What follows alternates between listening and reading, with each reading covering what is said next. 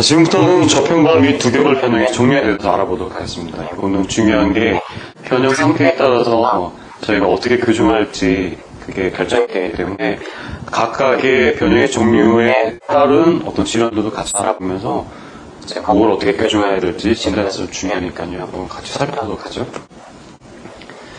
이제 개편형인데 가장 간단하게 사람이 안쪽으로 모였는지 바깥쪽으로 벌려졌는지 보는 거죠. 보시면 이제 약간 느긋하고 좀 통통하고 옆으로 좀 퍼진 형이 이제 개형이고요. 이런 분들은 만성 두개천골 굴곡이 있는 상태에서 주로 나타나게 됩니다. 그리고 이제 여자분들한테 주로 맞죠. 다리도 안으로 모이고 어깨도 안으로 좀 모이고 하는 분들 보면 만성 두개천골 신전인데 요것들은 그 후두골하고 저편골의 굴곡과 신전에 의해서 결정되는 부분들이라 여자분들이 실질적으로 CT나 그런 거 찍지 않은 상태에서는 굴곡인지 신전인지 잘 모르시잖아요. 근데 외형적으로 보이는 걸 가지고 저희가 저 사람은 굴곡형이겠다 아니면 신전형이겠다 이제 판단을 하게 되는 거죠. 보시면 굴곡하고 회전되어 있는 사람들 문제는 대부분 골반하고 추천골 불안정성하고 좀 연관이 많습니다. 그래서 바깥쪽 벌어져 있기 때문에 스테이블리티가 좀 많이 떨어지거든요. 그래서 한때 약간 다 벌어져 있으니까 이쪽에 있는 두개골이나 안면골 수축에 의해서 나타나는 어떤 두통 같은 경우는 이제 많이 나타나진 않겠죠. 많이 벌어진 상태라. 그렇죠?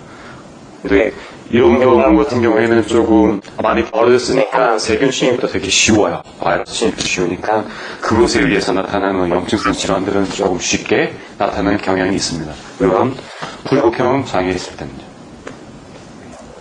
두개조 압박인데 여기 두개조 정상 상태고요. 정상 압박이 있을 때는 보시다시피 스피노이드본하고 옥시푸드 자체가 이렇게 붙어요. 이 사이가 유리용물 결합이 있는 데가. 그리고 얼굴 형태는 어떻게 되겠죠? 앞뒤로 쫙 찌그러져 있겠죠. 그래서 약간 넓은 얼굴이 넓고 머리도 눌리고 뒤통수도 눌린 형들이 정후 압박이 있는 상태에서는 이렇게 나타나고요.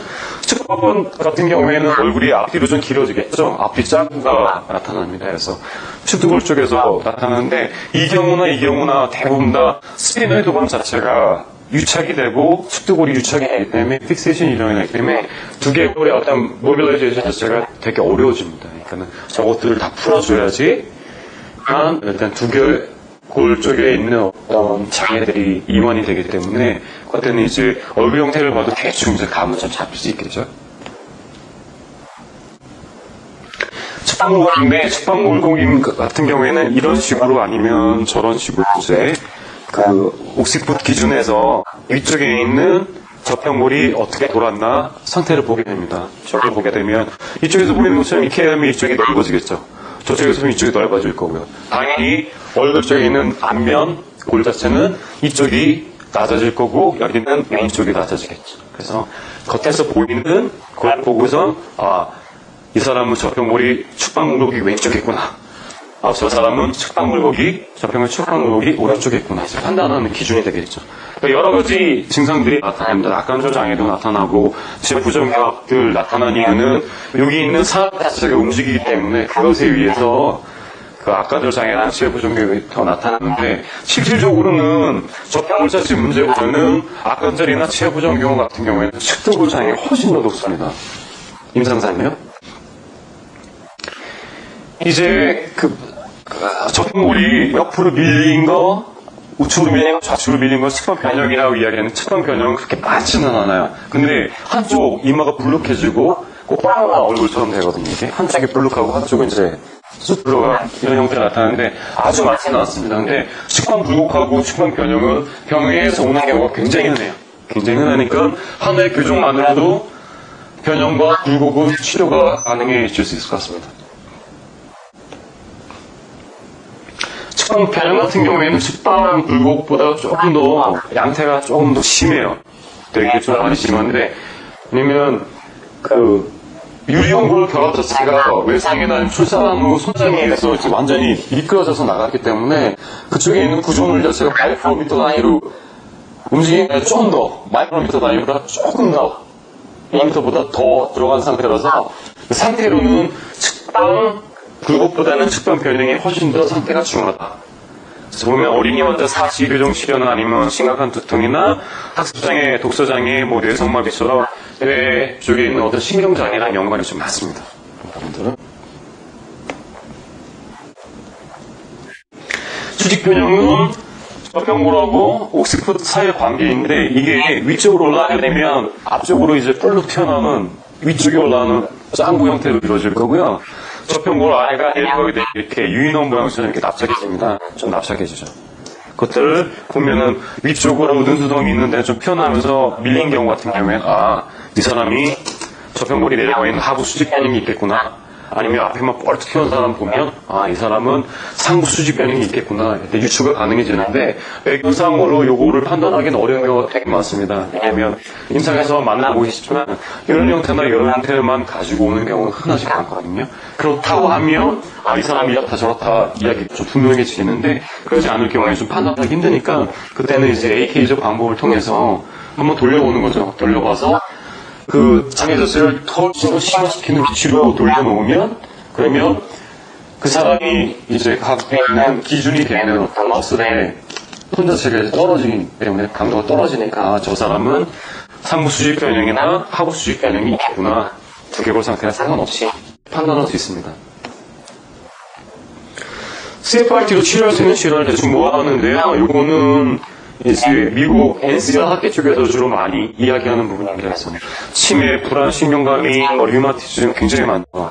자폐도 있고, 다운스병도 있고, 굉장히 많은데, 솔직히 제가 이런 쪽에 모든 질환들에 대해서 경험은 다 있지 않습니다. 하지만 그쪽에서 단영을 해봤던 결과물들이 이렇게 나오니까 80년, 90년대 이후로 아마 좀 많이 했었던 것 같은데 거의 뭐 10년, 거의 20년 정도 다 돼가는 치료네요. 그러니까는 그런 부분에서 이 사람들이 해나가라 실질적 임상적 가치는 있어 보이는데 이제 이런 것들 확인하는 건 이제 원장님들이 저랑 같이 도움을 좀 주셔야 되겠죠.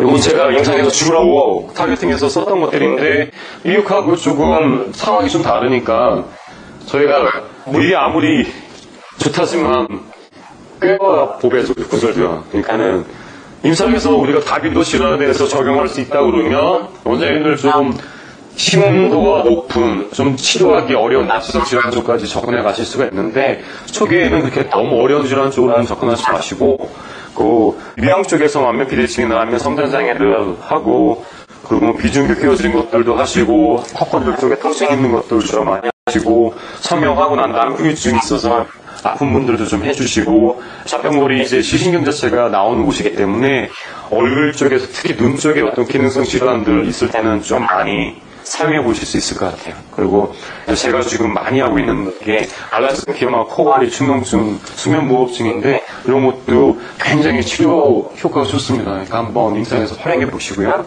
이명증 중이염 같은 경우 물론 뭐 중이염 같은 경우에는 원장님들도 좀 치료 잘하는 분들 있을 것 같은데 일단은 중이염 치료하실 때 CFRT를 응용해 보시면 환자한테 해줄 수 있는 것도 굉장히 많아지시고 그리고 치료 결과물도 많이 좋아질 거예요.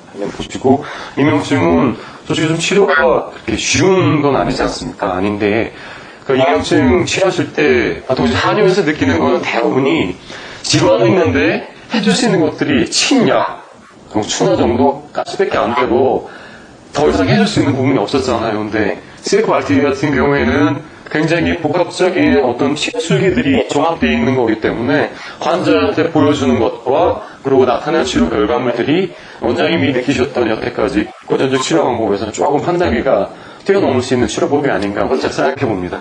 한번 잘 사용해 보시고요. 두통이나 불면증 그리고 뭐 안면 통증하고 경추통과 두통이나 이제 미용 부분에서 쇼크 얼굴이나 아니면 얼굴 자체가 너무 넓은 사람들도 앞쪽으로 이제 튀어나올 수 있거든요. 그래서 안면 축소까지 가능하시고요. 내분비 장애는 아까 살펴봤듯이 저평골에 있는 그 턱케어 그거 있죠. 거기 안에 이제 레어 수치가 들어가 있기 때문에 그것에 의해서 나타나는 내분비 호르몬 장애 자체를 이제 교정을 할 수 있죠. 이것도 저는 많이는 없습니다. 오늘 같이 한번 해보셔야죠. 집중력 장애나 난독증, 광해, 행동장애, 자폐증, 아까 이야기했던 측방 변형에 의해서 나타나는 현상들 있죠. 그것들이 교정이 가능해지면 이것들도 치료가 가능하게 얘기를 하니까 저보다 이쪽에 좀 전문적인 지식을 갖고 계신 원장님들이 한번 사용해 보시면 좀 도움이 될 것 같습니다. 그리고 우울증이나 갱년기 장애도 대부분 호르몬 이펙트나 아니면 자율신경 쪽에 불안증이 있으니까 자율신경과 호르몬 쪽을 조절하는 쪽에는 또한 세브알티가 굉장히 강점을 가지고 있으니까 한번 응용해 보시고요.